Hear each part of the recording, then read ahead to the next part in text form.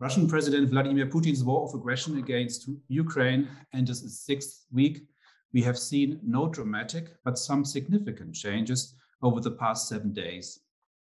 Ukrainian forces have been liberating some places from their would-be liberators, i.e. Russian forces, which have left a trail of destruction and committed war crimes en masse. Bilateral talks between Russia and Ukraine have been held in Turkey without tangible results, while Russia's Deputy Defense Minister Alexander Fomin announced on Tuesday, quote, to radically at times reduce military activity in the Kyiv and Chernihiv direction, unquote. More of what that means in a second.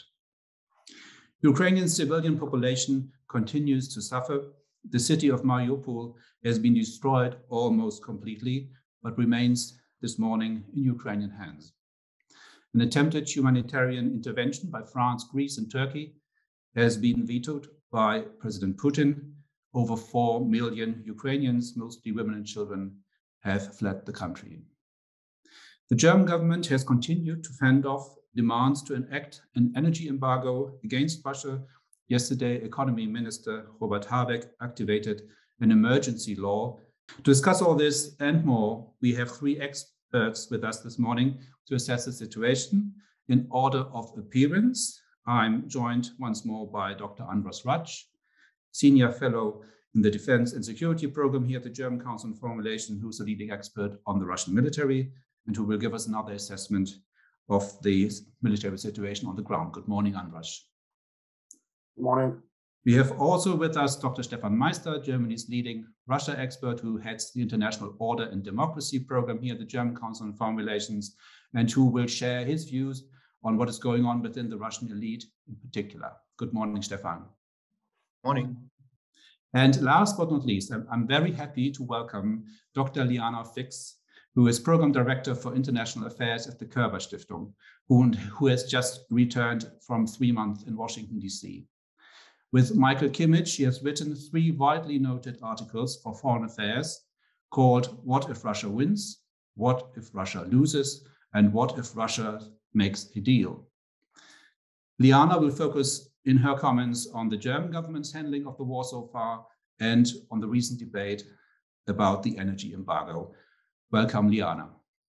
Thank you. Morning.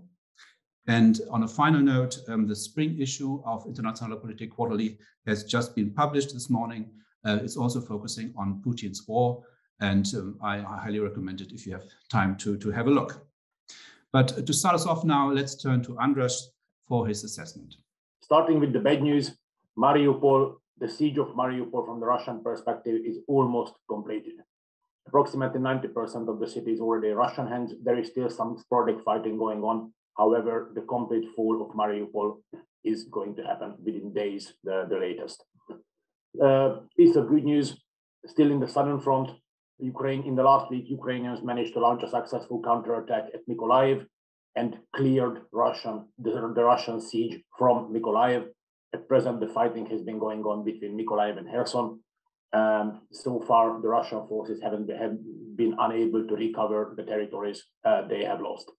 Regarding the Russian announcement of decreasing the activities and presence of their forces in Kiev and Chernihiv, good news, they are starting to actually decrease the presence of their forces around Kiev. However, around Chernihiv, as of Thursday morning, similar trends are not yet visible. It's also not known whether the actual decrease in the number of Russian forces stationed around Kiev, whether it's a sound of withdrawal or it's just kind of a temporary rotation of the forces. Rotation would actually fit into the general pattern of a Russian military operation observable in the last 3 weeks, namely that they slow down the speed of operation, the operational pace, in order to allow more time for resupplies, logistics, and also for the replenishment of losses. 3 new elements that happened literally in the recent days regarding Russia's losses. There are plenty of news coming about Russia gradually starting to mobilize its reservists. Russia has a special reservist corps, it's called like Combat Reservist Corps, in Russian BARS. The gradual mobilization of this BARS seems to be started. When BARS was created, The official plan was to have 100,000 deployable combat reservists. The exact number of how many combat deployable reservists do they actually have, it's unclear, surely below the 100,000, but still several tens of thousands are available. So the mobilization of BARS, if that really becomes visible and official, that could help Russia to replenish its losses in personnel. Moreover, the mobilization of BARS overlaps with the usual spring conscription wave, which always starts on the 1st of April, meaning, this Friday.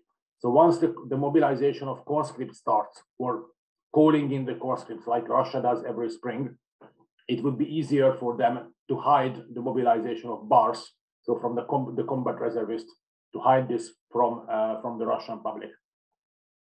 When it comes to the overall strategic situation, so far Ukrainian forces seem to be successful in avoiding, let me show you with the mouse, in avoiding the planned Russian strategic encirclement that was planned to take place here in the east. The slower operational pace may also help to maintain this relatively stable position of Ukrainian forces. There is a factor which is good news from this perspective: weather. This whole week, Ukraine will have cloudy, rainy, relatively warm weather. So the earlier frozen roads start melting. The classic Rasputitsa is going to start. Because of the low clouds, Russian Air Force has to come below the clouds in order to conduct air attacks. So it's quite likely that losses of the Russian Air Forces are going to grow in the upcoming days. Bad news: Russia has been systematically downgrading and destroying Ukraine's military industry, as well as fuel reserves. And the shortage of fuel is already being felt inside the Ukrainian military. So Ukraine needs desperate resupplies of fuel. The shortage of fuel is already affecting the possibility of doing the spring agricultural work. Because there is not enough fuel to operate the agricultural machines and the tanks at the same time. Still, just to support what Henning said in the beginning, the strategic military situation has largely been stable in the last week. The worst situation is the worst in Mariupol, but destruction is significant also in Kharkiv. Once Russians will complete the siege of Mariupol, the Russian forces are right now bogged down here, will likely be redeployed somewhere else, of course, following a brief period of replenishment and rotation, but still. So the fate of Mariupol is important not only for the residents of Mariupol, but also for the overall situation in the Eastern Front or in the Eastern Front section. So that's it from me for the start. If there are any questions, I'm happy to answer. Thank you. Thank you very much, Andras. President Zelensky said this night that he's sort of expecting or preparing for a sort of big Russian offensive in the east, in Donbass. Do you see any signs of this sort of being prepared as well? It's very hard to judge at the moment. So I would advise a bit of caution here, and we should wait a few more days to see whether this is really happening. Let's move to Stefan now for his assessment. I just have two short parts. The first part is focusing on the negotiations in Turkey and what they mean. And the second part is a little bit of Kremlin astrology. So what's going on there, even if we, I think there are, even if we don't know maybe how this black box is really working. Yeah. So negotiations in Russia and Ukraine have been taking place in Turkey on Tuesday. Henning has mentioned this already. And we can say with some results, Russia has partly withdrawn troops, at least from Kiev, and it will refocus its troops to eastern Ukraine. I think this is at least, it's partly happened, but we also don't know, as also Andras mentioned. Several military experts say now it's really taking eastern Ukraine, focusing on eastern Ukraine, but we will have to see. There's a discussion about the status of Ukraine, neutrality of the country, and security guarantees for Ukraine. Ukraine has proposed a moratorium on the decision about the status of Crimea and Donbass for 15 years. No NATO membership, but EU membership should be allowed. I think the question still is, what is a proposal from the Ukrainian side and what is really agreed, I think, and we don't know exactly. Yeah. Everything will then should be agreed with the parliament also in Ukraine and partly written in the constitution. At the moment, NATO membership and EU membership are written in the constitution, so the constitution needs to be changed in Ukraine. For me, it's really unclear who gives security guarantees and how. There are several countries discussed, like Turkey, UK, China, US, France, Germany, Italy, Canada, Poland, Israel, so quite a lot of countries. But how these security guarantees should look like, I'm just not sure, yeah, because I think there will be no security outside NATO territory, and nobody wants to get into this war, but German government announced that they are willing to do something in this direction. What happened? Another question is, what happens with the territories Russia has conquered? Will Russia give them up? I don't think so. Yeah, so I think that's also something that needs to be discussed. And Russia will not give up the land bridge to Crimea. I think that's definitely the case. And we have again a discussion about a renewed Novaya Russia. Yeah, so I think it's also this ideological discussion is there. So what is my assessment? I think these negotiations, as we see it now, is a strategic step by Russia, a kind of pause for regrouping and rearming its forces. That would be this is my impression. And finally, it adapts its strategy to the reality on the ground. I think it's changing at least now. Yeah, so until now, I think there was not really this adaptation. Second point is Putin creates an option for a victory in eastern Ukraine if things are going worse. So he can then at least declare a victory. But I think it's typical again for the Russian system. You create options and then you see how things are going, also how the fights are going. We see no ends of the fights. I also don't think that Russia will give up its goals. It wants to control Ukraine. And even if there would be a ceasefire, the war and conflict will not end. I think there's a strange constellation within the Russian delegation. There are also a lot of discussions about poisoning of Abramovich and these kind of things. Medinsky is leading the delegation, but he seems to have no access to Putin. This is at least discussed. Roman Abramovich, one of the Putin oligarchs, is also part of the delegation, has access to Putin, but his role is not entirely clear. I would say both are no heavyweights. So both are no persons who have any mandate. There's no Kozak, yeah, who is normally doing these kind of things, or Shukov in this current delegation, which is, in my opinion, not very promising how serious the Russian side is also with these negotiations. So in just a couple of sentences on the Kremlin astrology I mentioned, I think there's some unclarity about what happens in the ruling elite circle in Russia. This is actually something we can say. Defense Minister Shoigu disappeared for a couple of times, but Putin needs him, so I think he's back. And I don't know if he had a heart attack or if there were just some conflicts also inside. We had last week already mentioned this. I think there's a cleaning of liberals in the system, like Chubais, who is not really an important player. But we see that these people are attacked by the Siloviki, leave the country, and there's no protection anymore for people, also liberals who were close to Putin. I think this is what we see now. Others are staying, like the central bank head, Elvira Nabiullina, working for the system, but are deeply frustrated. I think there are several signs also for this. At least 2 people from the security service seems to be removed from the systems. Maybe there's a kind of a cleaning act. The people were made responsible for the failures of the military campaign. But we also know that Putin is responsible and no other people. I think he made the decision, and this is all based on his assessment of Ukraine. There are rumors that intelligence people are not very happy how the whole campaign goes, and also that Putin seems to be not really informed how bad the army is performing, how many people have died. But we also know that Putin has no empathy at all. We know this from several examples, so I think he also does not care how many people die. There's a systematic campaign against the fifth column of the West by Duma and the Federation Council. There are actions planned against people who participated in education programs of foreign funders like British Council and also German political foundations And it really looks like that there's now a cleaning also of further foreign institutions and those people who have contacts also with foreign institutions. And a new law on Ruski Mir and then strengthening Ruski Mir is also coming. Let's move now to Liana and sort of a view of the sort of German side of the conflict. Thanks so much, Henning. I will quickly walk us through the German response, and I will try to focus in particular on those areas where we still see, let's say, potential or question marks on Germany's Russia policy in the last weeks.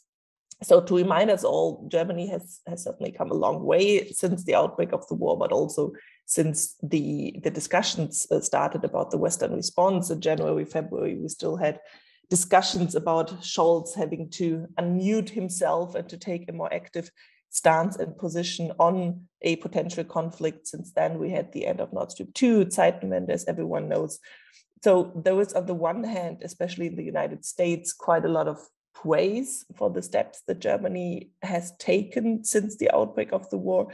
But there's also, especially with Central and Eastern European partners and from the side of Ukraine, quite a lot of criticism towards Germany's stance and whether Germany actually fulfills the potential that it has as the major power in Europe to do everything to end this war and to support Ukraine.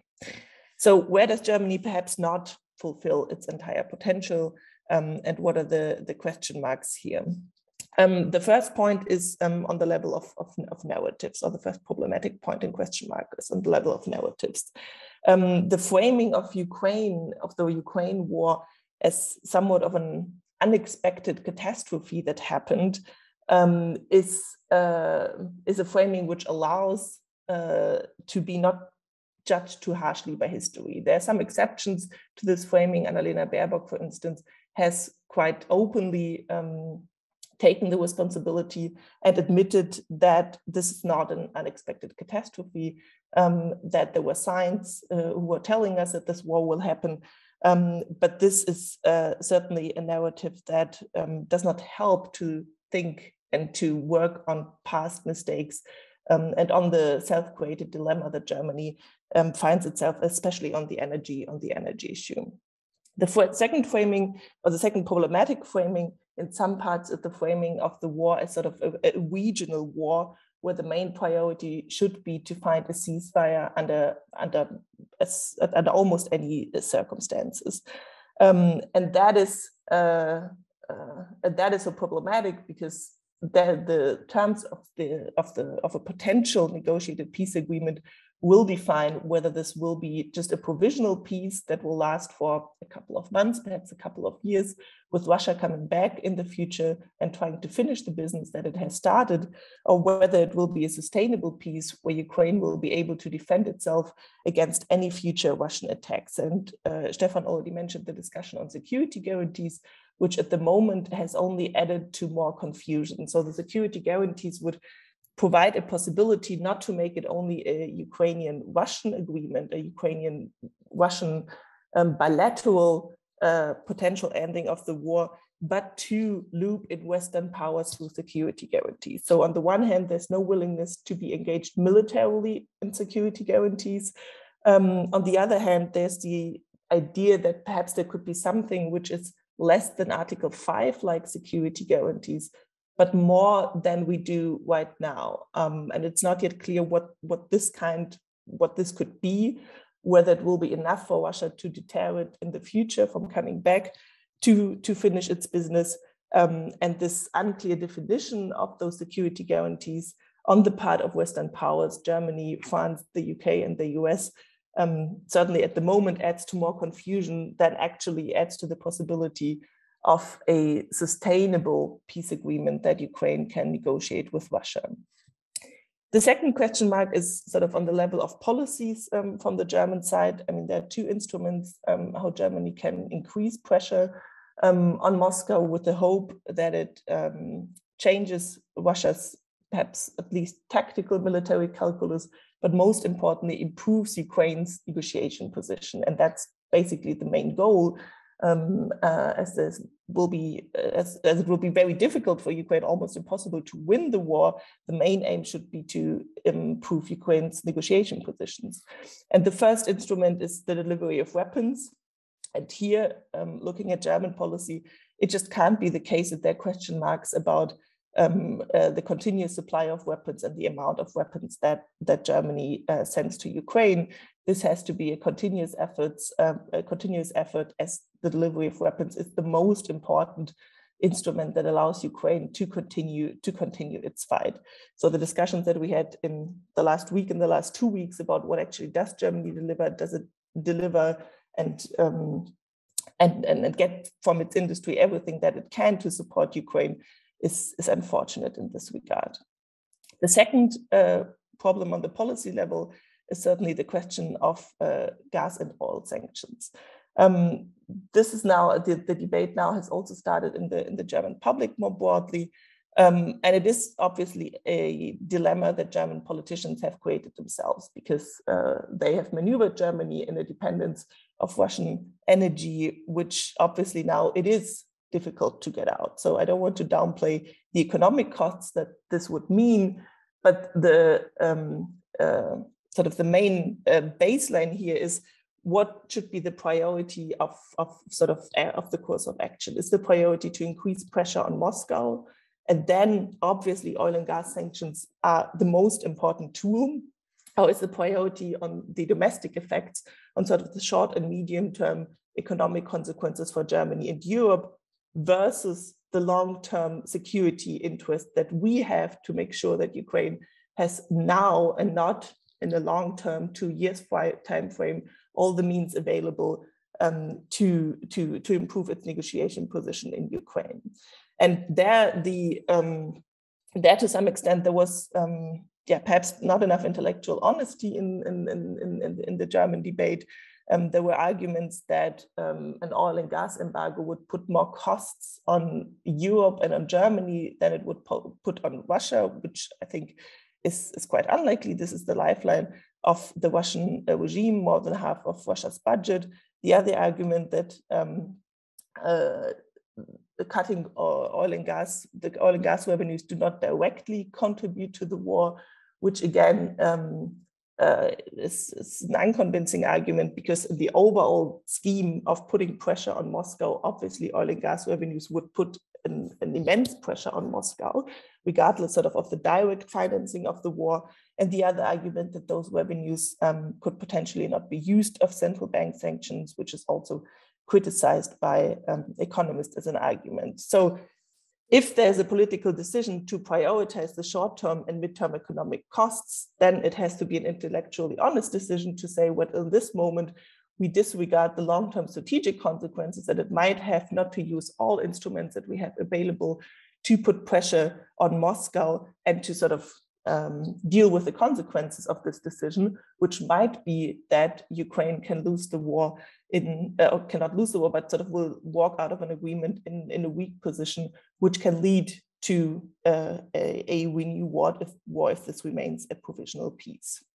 So just to sum up, the greater narrative in Germany about the Zeitenwende, about this major shift that we see in Germany, not only Russia policy, but also energy and security and defense policy, is something which obviously is a good beginning, but just increasing the defense budget will certainly not enough. There needs to be a change also in mentality and in identity, which accepts that beyond the war in Ukraine and beyond a negotiated agreement that might be found at some point down the road, the conflict with Russia is here to stay, and there will be, and it is here to stay in continuous crises of European security. Perhaps Cold War times, SS-20 crisis helps a little bit as a reference to understand that Russia's demands go beyond Ukraine, and that Europe will have to deal with a state of conflict with Russia for many, many years. And for harmony-loving Germans, this is obviously a very tough lesson, but it is a message that the German government has to bring across to make this Zeitenwende, or the shift in Russia policy, sustainable and lasting with the German public, even if the pictures of the war are not as present anymore at some point in the future as they are right now. I will leave it with that for the moment. Just quickly to Andras, Liana mentioned that sort of there's this question of how effective is the German help, especially in military affairs for the Ukrainians? Do you have an assessment? Sort of what is the view from Kiev? Is it improving? I think there was talk yesterday. Defense Minister Lambrecht said Germany is now the second biggest supplier of weapons to Ukraine. That is something new. I think it was sort of so far we were bested by one of the Baltic states. And also there's talk about sort of delivering stronger weapons, sort of maybe not heavy weapons, but weapons which are sort of have to be managed by teams rather than by individual soldiers. And it is worth remembering that in the beginning, when Germany first started to deliver protective equipment, you know, the few thousand helmets, how much Ukrainians were upset and how other people were laughing at the German military assistance. Back then, the German government said that this is only the beginning and nobody believed them. Probably now they do. Still, the important thing is that Ukraine, albeit they are receiving thousands of anti-tank weapons and also thousands of anti-aircraft weapons, they are using these very fast. So these supplies do not last too long. I mean, hundreds of anti-tank weapons are fired per day. They are quite efficiently. They are quite efficient in destroying Russian armor, but still these reserves are depleting quite fast. So Ukraine needs a constant resupply of these anti-tank and anti-aircraft weapons. Third thing, the weapons they have received so far, particularly anti-aircraft weapons, are short range. So these are man-portable anti-air defense systems, man-pads, efficient for around the range of 2,000, 2,500 meters. Even the heavier versions can hit targets up to 4,000 meters maximum. So as long as Russian aircraft and helicopters are flying low, these air defense weapons are useful. But once weather clears up and Russians will conduct air attacks from a higher altitude, these air defense weapons are simply of no use. So that's why Ukraine requests heavier, longer range air defense weapons. The Slovak example of transferring ex-Soviet air defense systems to Ukraine in exchange for US Patriots, US-made Patriots, is a good start. This is something that could be done in larger scale that would actually help to significantly boost Ukraine's also medium-range air defense capabilities. And maybe to Stefan, sort of, what is your sense of how this German debate, this sort of German, maybe can we call it indecisiveness, or sort of also this reluctance to do more? How is this perceived by the Kremlin? Sort of, what is the you think the view of how Germany sort of acts in this whole crisis? To add maybe one more point, I think there's really a lack of leadership at the moment in Europe, and Germany is also not leading Europe, but it's more brakesman in also on, for instance, EU membership perspective for Ukraine, but as also Liana mentioned on sanctions, on SWIFT, on oil and gas. And I think it is a pattern we know, and I think there's really this need for a mental Zeitenwende. Yeah, also as you said, I think that's crucial. But this needs time. I think I found it interesting how the Kremlin offered, especially to Germany, to further pay in euro and US dollar, and that there will be, at least for a short period of time, no problem for the German side. So there is a kind of, this classical opening and engagement with Germany, who's normally not pushing forward against Russia. So I think the Kremlin has no illusions about Europe, Germany, or the West. Yeah. So I think, and also I think Putin and Lavrov, I think also made it clear, traveling to India and to China. So we now really refocus completely on the East, and the West is just a lost case. But I think Germany is seen from the Kremlin still as the weak spot. Yeah. So it is the country you can still try to engage at least. It has changed. I think Germany has changed a lot of. Yeah. I think and also Scholz's speech and decisions on defense. I think that's really huge. So I think we should not do too much self-criticism, but to have really a sustainable change and approach which reflects the strategic challenges in which we are, and that we are doing the things and not just talking about things, and doing them also in a short period of time, not again in a long period of time with a lot of compromises and so on. You know how the German system functions. I think to come to this cultural change, I think that's still not happened.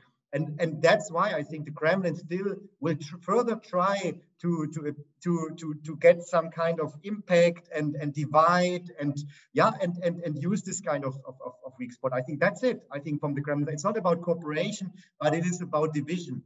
Maybe to Liana, already a question coming to us from the chat.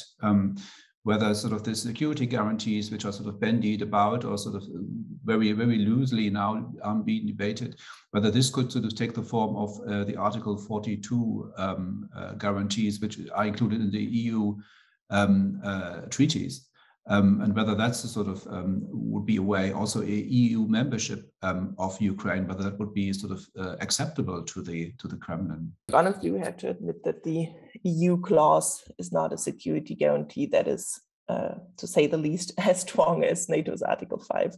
So this is not not something that EU countries would rely on themselves. So I don't think it is really an option for Ukraine. And the discussion at the moment for security guarantees is something which has to be like the Quadratur des Kreises. If it is not supposed to be like Article 5 guarantees, so not, which would mean in practice that if Russia violates an agreement, and again, Russia, if we have this kind of security guarantees, Russia would also be part of that. So Russia would first have to agree to security guarantees from the West that are acceptable to it, which again puts a lot of question marks. Why should Russia agree to that? But it would mean in practice that in contrast to the Budapest Memorandum, this would have to be binding. Obviously, no one would want to repeat just the fate of the Budapest Memorandum. And it would mean that if Russia violates the agreement, Western forces would have to move in those guarantees to defend the agreement militarily. So that would be sort of the classical definition of a security guarantee, which would obviously help Ukraine to prevent a renewed attack by Russia and would deter Russia. But again, the question is, why would Russia agree to that? And the second question is, Western partners have always said they're not ready to engage militarily. And this is also what the German government spokesperson has said yesterday. Germany will not become a military actor in the war.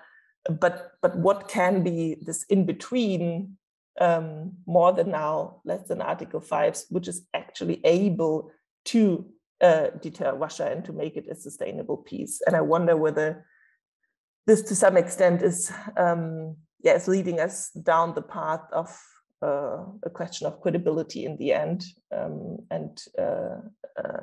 Because every sort of unclear and gray zone interpretation is something that Russia will put to the test as soon as possible. And if they call it a bluff, then it's not only about Ukraine's security, but then it's also the credibility of the security guarantees that are on the line there. So I think it's absolutely right that sort of there's a thinking ongoing on this. But again, I wonder whether sort of an in-between solution on security guarantees is actually helping us. I'd like to open it up now. Andras first. Thank you. When it comes to the relations between the Russian president and the military leaders, I mean, it's important to see that Russia is a presidential system with the president having very, very strong powers over the military. He's not only the commander-in-chief of the armed forces, but he's the one who decides on questions of peace and war and all that. So this relationship is by definition very, very hierarchical, much more hierarchical than in Western democracies.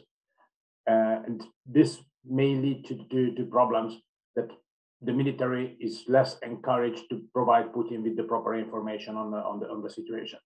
But when it comes to the second part of the question about the possibility of Putin's kind of early removal, bad news here.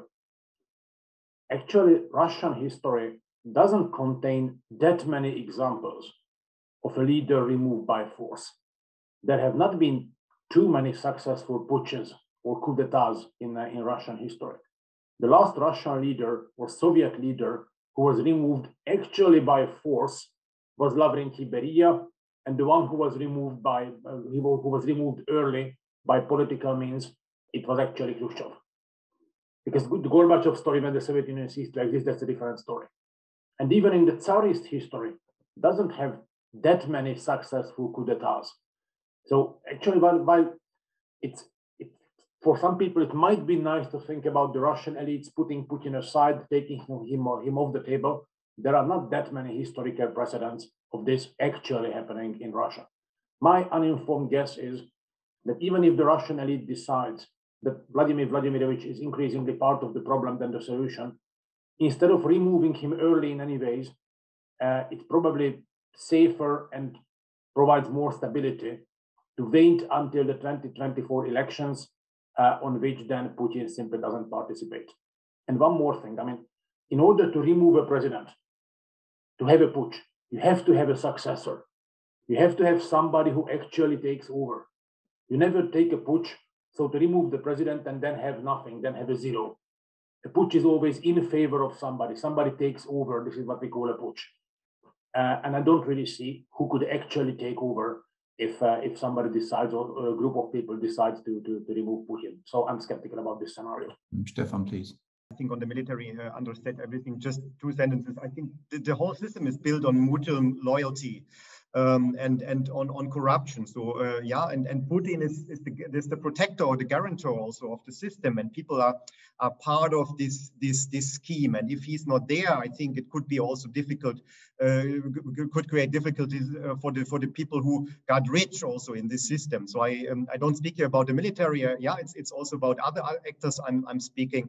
But I think it's much more intervened with each other, and much more difficult also just to step out and to replace. But sure, I think we have seen it with Yeltsin. Yeah, you can just pick up someone nobody knows, and if there is an agreement among the elites that this is the new president, then they will just do it. Yeah. So, but I think if this happens in a status of war, in an emergency situation in which we are now, it's really a mobilization regime, mobilizing against enemies inside and outside of the country. There's a cleaning now of the system and of the society. Nobody is safe anymore, and that makes everybody vulnerable. So it makes it more difficult also to make a coup or anything. Yeah. So and so that's why I think we should not.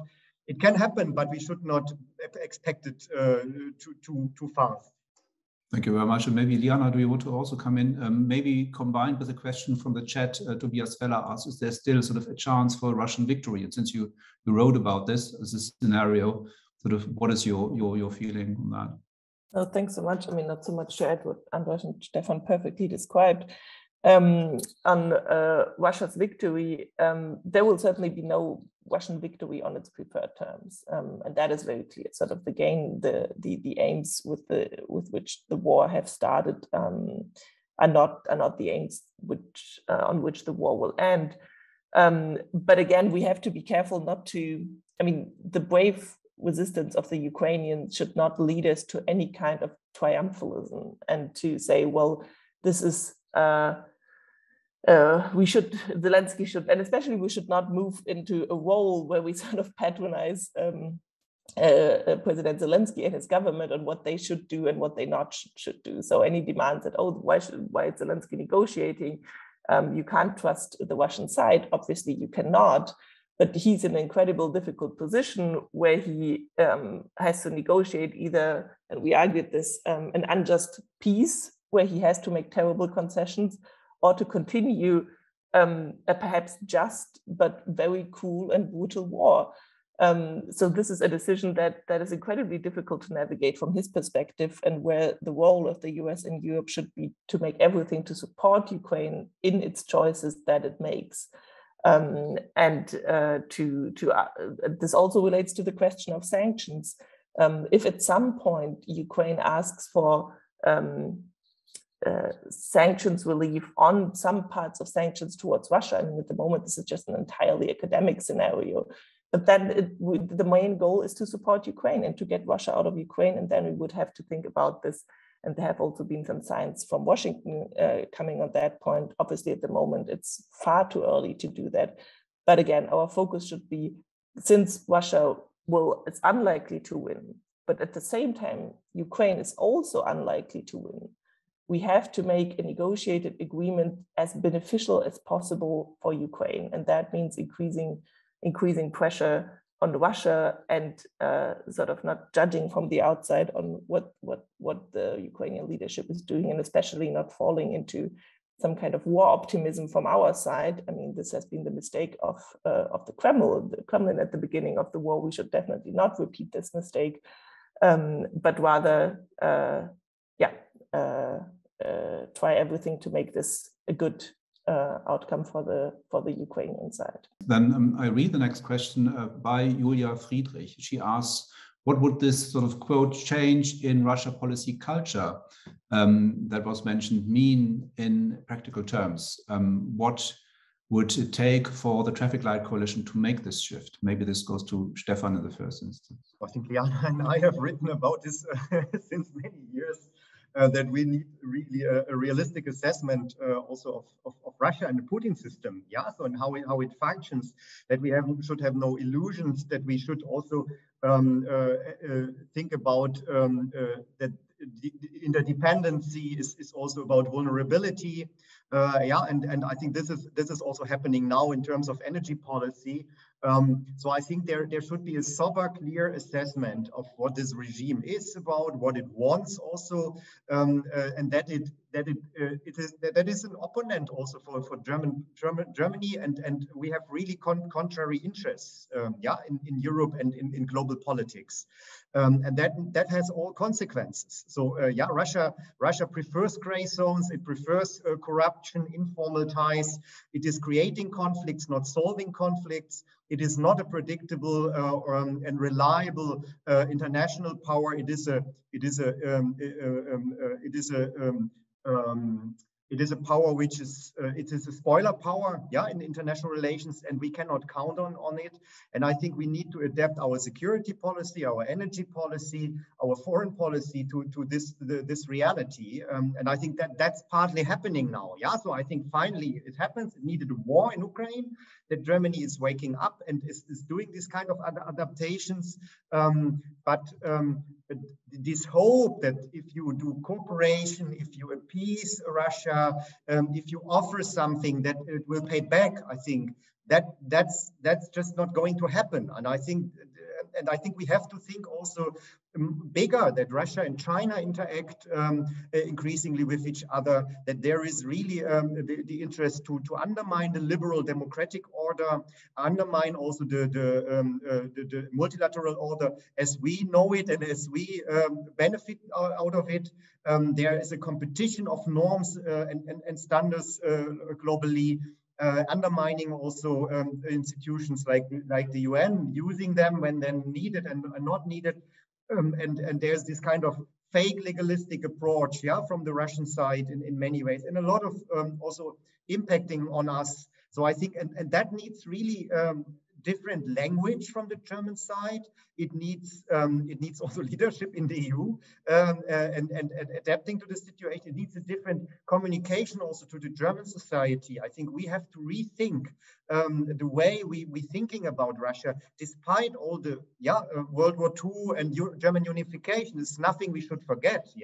But this should not lead to a policy we had in the past. So I think it's really this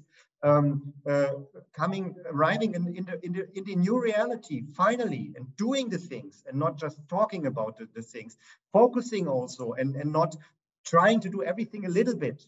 So and then really thinking about European security order in a different way. So I think and I think that's still there. We are still not there, I would say. Thanks. Liana, do you want to come in on this? Yeah, everything that Stefan said, but perhaps three concrete ideas or add-ons. The national security strategy that Germany is coming up now has to identify Russia as an adversary. I mean, that is very clear. There can be no illusion about, Russia is a difficult actor or any other language. Russia is an adversary, and the national security strategy has to define this.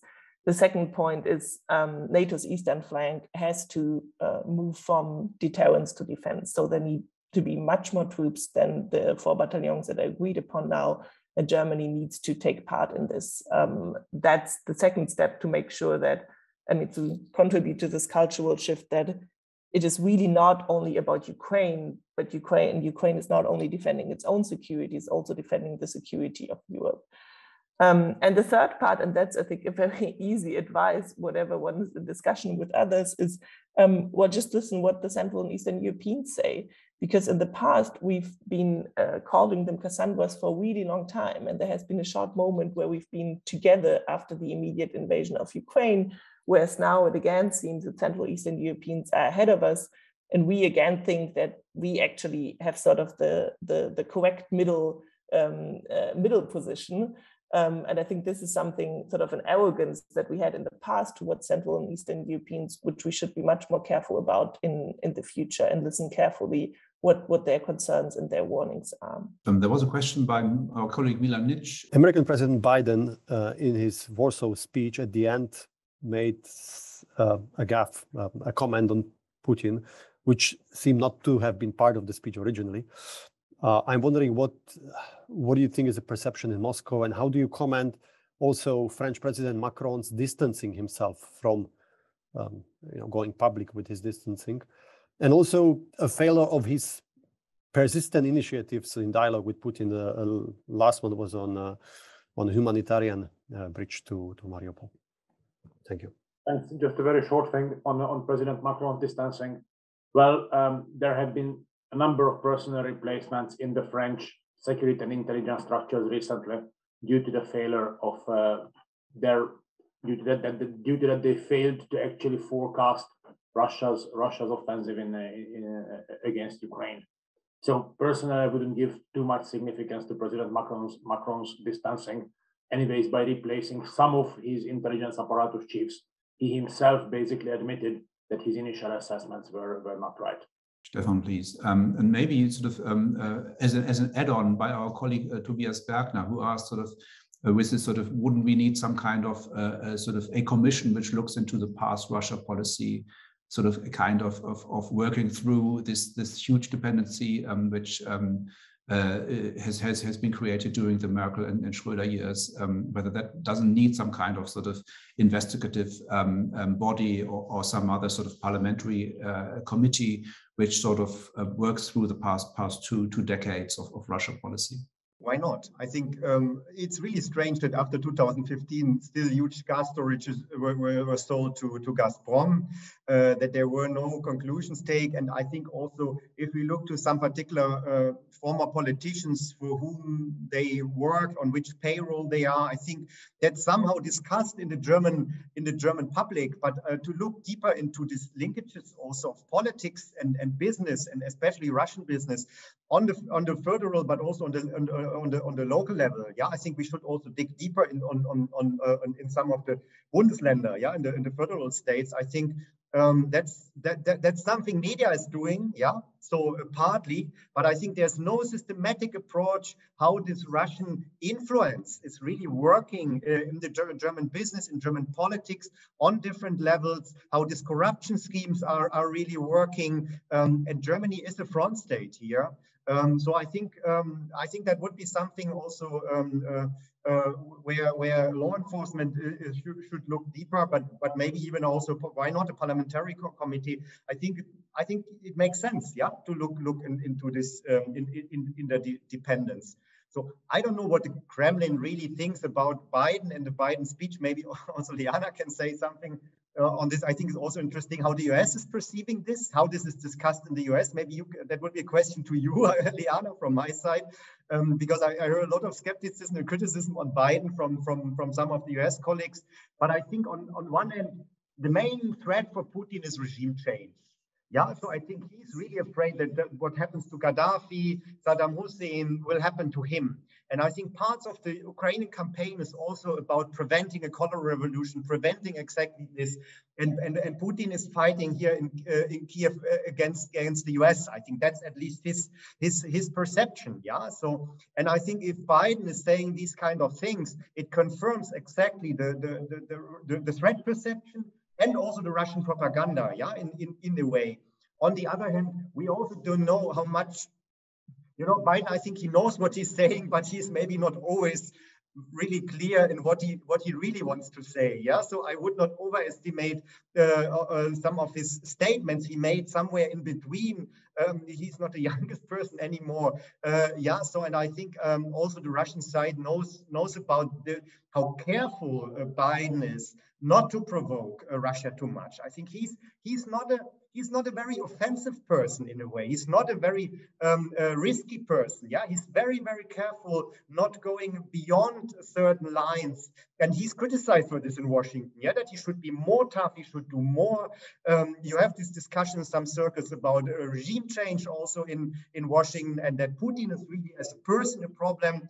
Others are much more careful about this. So I think we should also put this on the map that Biden is not a hawk in a way. Yeah, there are much more aggressive people also in Washington.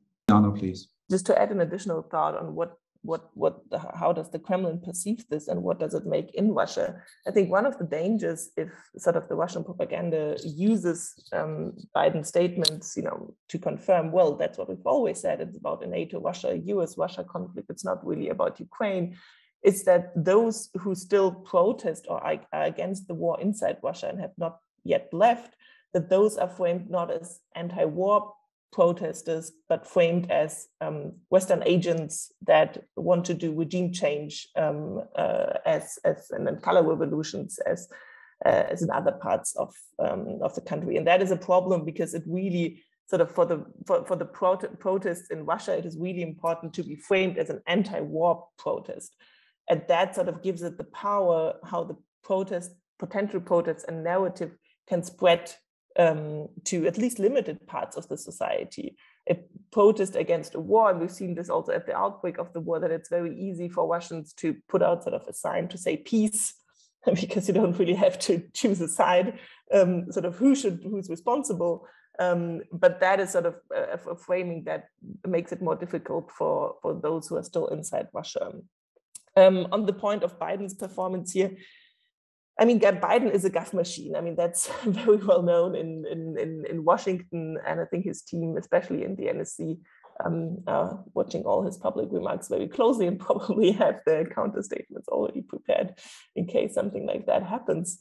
But it also plays into sort of Biden's position domestically. He is he's acting cautiously in the conflict and during the war.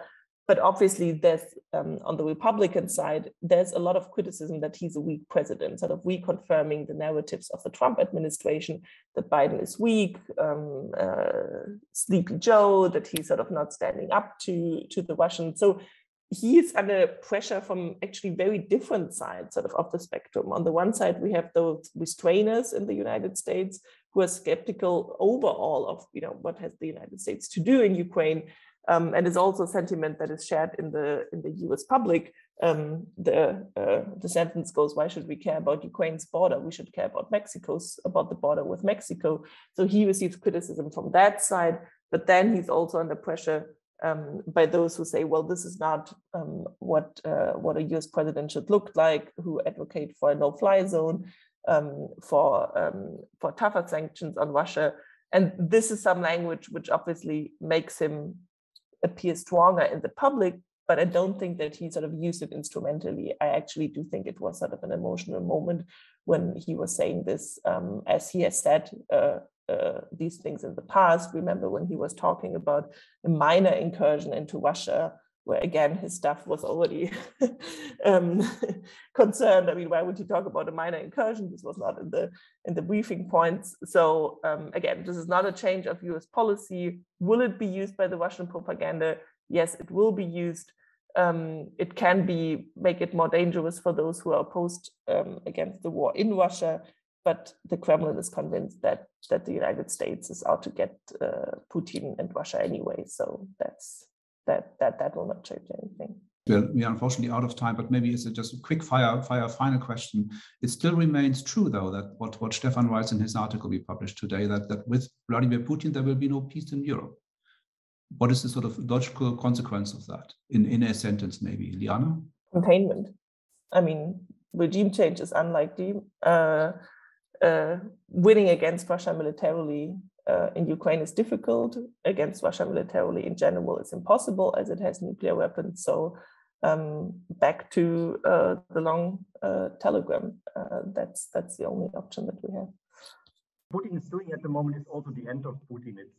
It's starting also, yeah, because I think how he destroys Russia and how he destroys also Ruski Mir in the end and his imperial ambitions, I think, with this war, and how he's not really adapting to the situation, how he lost reality. Yeah, I think that means for me also there will be a regime change in a way from within, and maybe it's only Putin who can change the regime. Yeah, so in a way, so I with all the negative prospects in maybe short and middle term, I think in middle term he cannot survive this this situation in a way.